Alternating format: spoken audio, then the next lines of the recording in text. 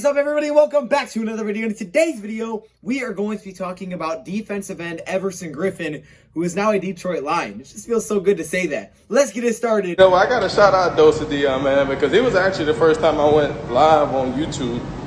And, you know, guys don't know DoseOfDion. He put out a lot of good content for the Detroit Lions. Welcome, everybody, to another video. Glad you guys are here. And yes, we are diving into some Everson Griffen talk. We're going to be discussing what Everson Griffen gives to the Detroit Lions, what his impact will be for the Detroit Lions, and also maybe some of the things that he doesn't give the Lions, where maybe he's lacking. That's what we're going to be taking a look at in today's video. So let's get right into it. So earlier, a couple of hours ago, the Detroit Lions traded for Everson Griffen. They gave up what is predicted to be a 6th round pick for Everson Griffen. So it's really not a lot to give up, and the Lions added a pass rusher. So I guess that answers the question as to whether or not the Lions will be buyers or sellers. And they also said, forget about your dang big board. We're going to go get Everson Griffen. So there he is. Everson Griffen is now a Detroit Lion. And you just love to see the move. When you hear the name, you love to see it. We talked about him a lot in the offseason. So just that alone makes us, very excited. And it was a player that we talked about tons in the offseason as a player that maybe the Lions should go sign. And they didn't do it. But now they bring him in during the season via a trade from the Dallas Cowboys. And willing to make whatever it takes necessary to go win football games, and that's honestly all we want to see as a fan base. We're 3-3. We've won our last 2 games. We want to see this team at least show the effort to go make it happen, right? Let's go show the effort that we want to be, that take our team to the next level. And how do you do that? Well, you do moves like this. You make moves like this where the Lions could get help. It's not like, hey, if you didn't make this move, you can't win football games, but he can help, and that's what you love to see as a fan. Now, I'm going to talk about his contract and situations and things like that. Then we'll dive into what I saw from him on film. I told you guys we would do this video, and that's all I've been doing since I made that video, is watching film on him. Like, seriously, I've watched like 4 games of Everson Griffen. I'm not even playing right now. So let's dive into some of this, standard stuff before we get into the film. First off, Everson Griffen was signed to a 1-year, $6 million deal this offseason by the Dallas Cowboys. Not super expensive. So now that the Lions have traded for him, he will just be here for the remainder of that deal. Now, sure, the Lions after the season could make the decision to bring him back. I wouldn't fully expect it, but that was one of the main turn-ons, honestly, about Everson Griffen in the offseason, was that, hey, he's not going to be locked into some long-term expensive deal. It's just win now, which the Lions need to do. That's what Everson Griffen can help you do. So that's why it's a perfect trade for the Lions. Now, he's not at the same talent level, and he doesn't have the same skill, I would say, even at this age, as a guy like J.J. Watt or something like that.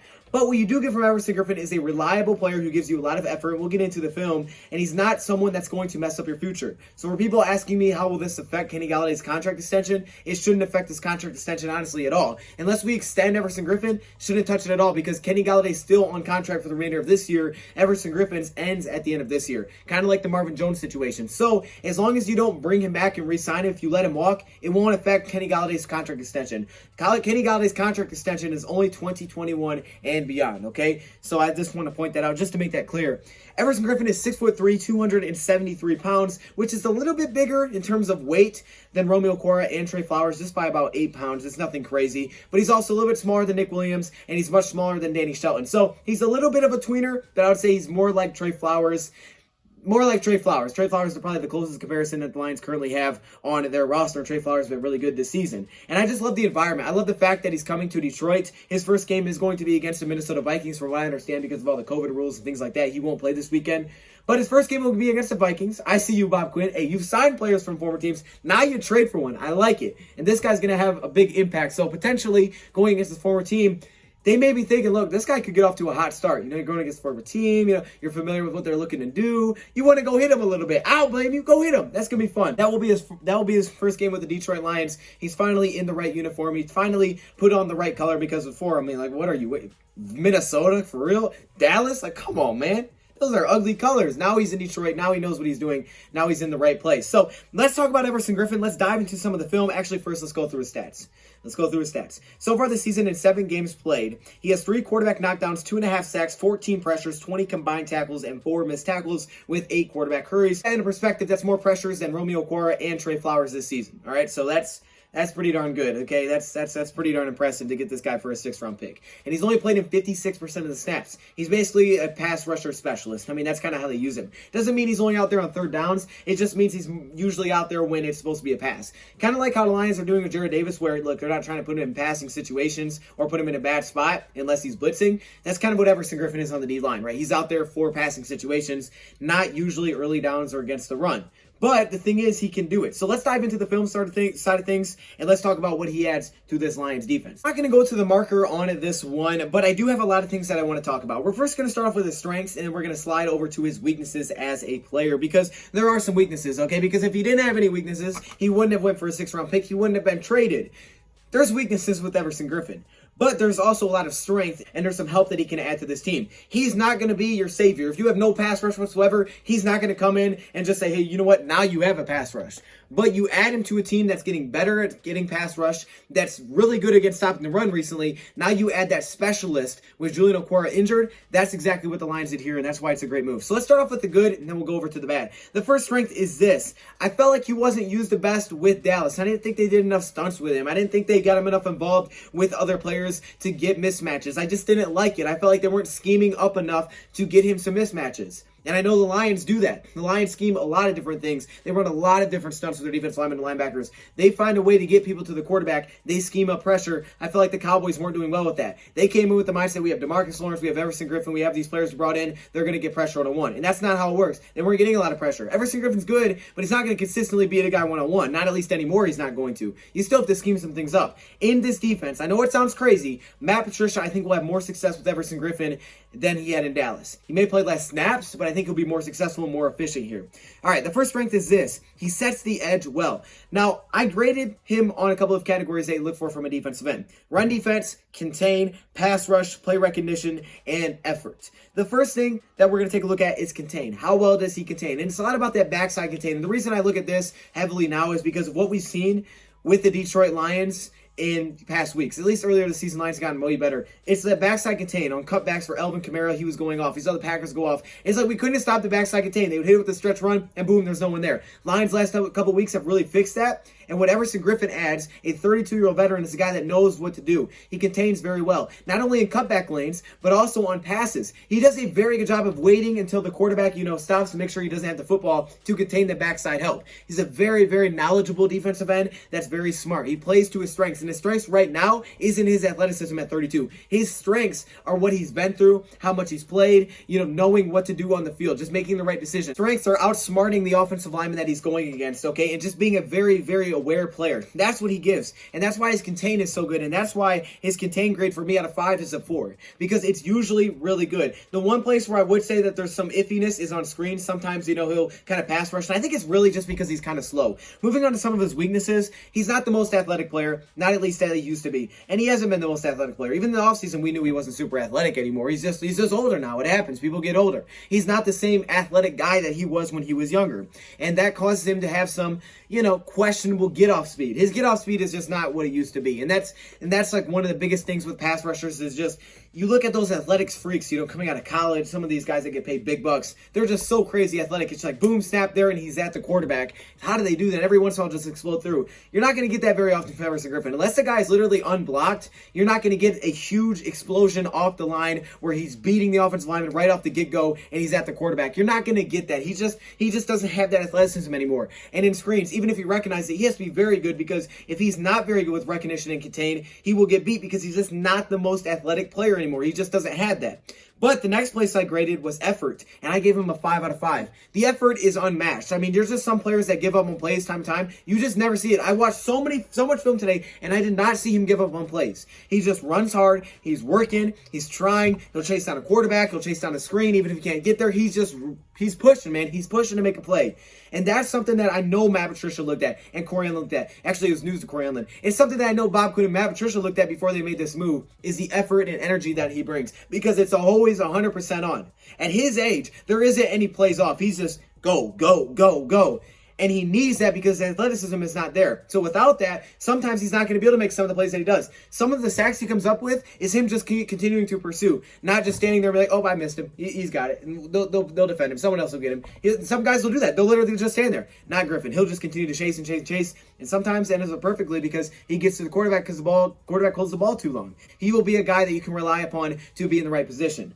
Now, Is he, in a straight line going to keep up with Kyler Murray? No. But he gets himself in great position early. That way, he has an opportunity to make a play against some quarterbacks that run the read option, things like that. For our division, we really don't have a quarterback that does that. So that's kind of the good thing aside from Trubisky. But Trubisky, he's not starting anymore. We'll see how that goes. The next ranked is his pass rush moves. Now, he's not the best pass rusher anymore. But what I like about his pass rush moves really comes from his hand. It comes from the upper body.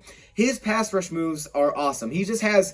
he has a whole playbook of pass rush moves. I mean, you just pick one here. You get some pass rushers that'll come out and they're super athletic and they'll beat you every once in a while. But the biggest concern there is they just don't have anything else. It's just, if this doesn't work, I'm not going to have an impact in today's game. Everson Griffen has every single move in the book dialed down. Whether that's a rip-through move, a swim move, a spin move, a bull rush, whatever the world he wants to do, he's got it all. And he does it very well, setting up his offensive lineman. So you'll get a couple plays where maybe he's not making anything happen. Maybe he'll get knocked over. He'll try a couple things out. Then all of a sudden, boom, he'll set you up. He'll set you up with a spin, set you up with a swim. Maybe he'll just bull rush right through you, try to get you backing up. He has all the pass rush moves, and it starts from his hand placement. His hand placement is great. He's really good at knocking defenders' hands away, ripping through. Really great hand placement. I mean, you could just watch it. If you just slow it down, you could just see his hands always involved, smacking off an offensive lineman. It's quick. Great reflexes. His hand placement is where it starts, and that allows him to have all these pass rush moves. We know he has that signature spin move, but he does a heck of a job setting it up. It's not like, hey, first snap, I'm spinning every time. That's not what he does. He'd be dizzy. He wouldn't be able to go out there. He'd probably throw up. But he sets it up. It's like, okay, not going to do it. Boom, then I hit you with it, and all of a sudden you're not ready. Right? So if he had more athleticism, you probably see it work more often. Doesn't always work because he's not the fastest guy anymore. But he'll hit you with it, and again, he'll pursue. So if the offensive line doesn't put him into the dirt, he's going to continue to chase that quarterback, which is just something that you absolutely love.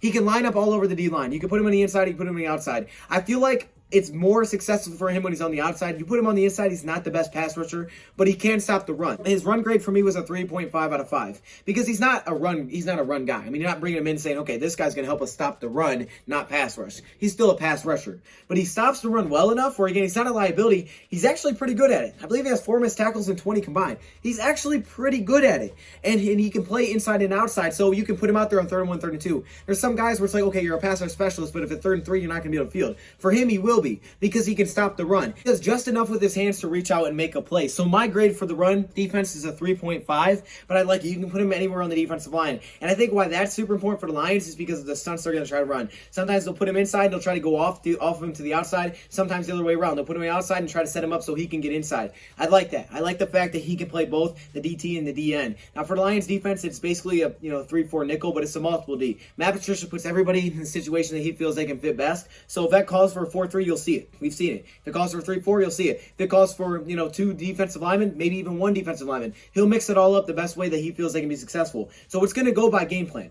It's going to go by game plan the more you're going to see him on the field. Some games you'll see him more than others. And if you don't get a team into 3rd downs and passing downs, you're going to see him a lot less because they're going to have their big guys out there. But why this fits so perfectly with the Lions, because we have Pennicini, Nick Williams, and Hand, and you got Danny Shelton. These guys have been doing a really, really good job at stopping the run. So now you get these pass rushers where, okay, you guys continue to stop the run. These guys start making plays. These guys start showing up. You already have Flowers and Romeo who are showing you something. Now let's add more to that, right? Rich get richer. Let's add a little bit more to that. Let's add some more depth. Let's get them some breathers because maybe they're getting a little tired. That's what's awesome, and that's why it's great that he can line up everywhere. He does enough to run down, and he has enough chase down speed. Now, he's not going to catch a guy like Kyler Murray or Russell Wilson if they know he's chasing him.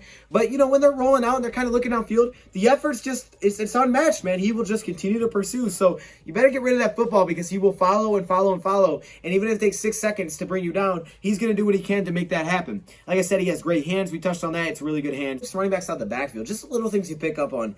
And again, this is just him being a veteran, a smart player. You get those times where running backs will leak out the backfield, and he won't just let him go free. You're going to give him a little bop. He's going to chip him, and then he's going to go to his lineman. And it kind of throws timing off because if your first look as a quarterback is snap, go there, right? We've seen those Stafford runs, they have those screens. Or if your first look is to snap it and go to the running back, and all of a sudden you have a guy like Everson Griffen who chucks him out of the play, and he's backed up, and the quarterback looks there, he's like, oh snap, he's not there. Now panic sets in. All of a sudden, that changes the dynamic of the whole play. That's what happens, right? Over to the weaknesses, because it's not all perfect. I don't want you guys to think we're getting some kind of J.J. Watt here, because we're not. There's a reason we only give up a 6th-round pick. But we're getting a guy that's perfect for what we need. His get-off speed, not the same. He struggles versus guards, in my opinion. I think against interior offensive linemen, he's a little bit worse at pass rush. But again, he can stop the run. He just seems slower there. He likes to have more, I think he needs more space to operate. I think that's what it is. Because he's not super fast. I think it's just space to set things up. You'll see a lot of times he'll line up really wide. And you're probably thinking, why is he doing that? Some of it's scheme, but also some of it is him getting that space to set up an offensive lineman. Because as he's running towards him, he will see how the offensive lineman places himself, okay? How his stance looks, what his balance looks like, and he will attack based on that. He wants space to operate. You get him the inside, there's no space there. His hands, yeah, but he's not super explosive. So if you got an athletic offensive lineman, he's not going to get by him.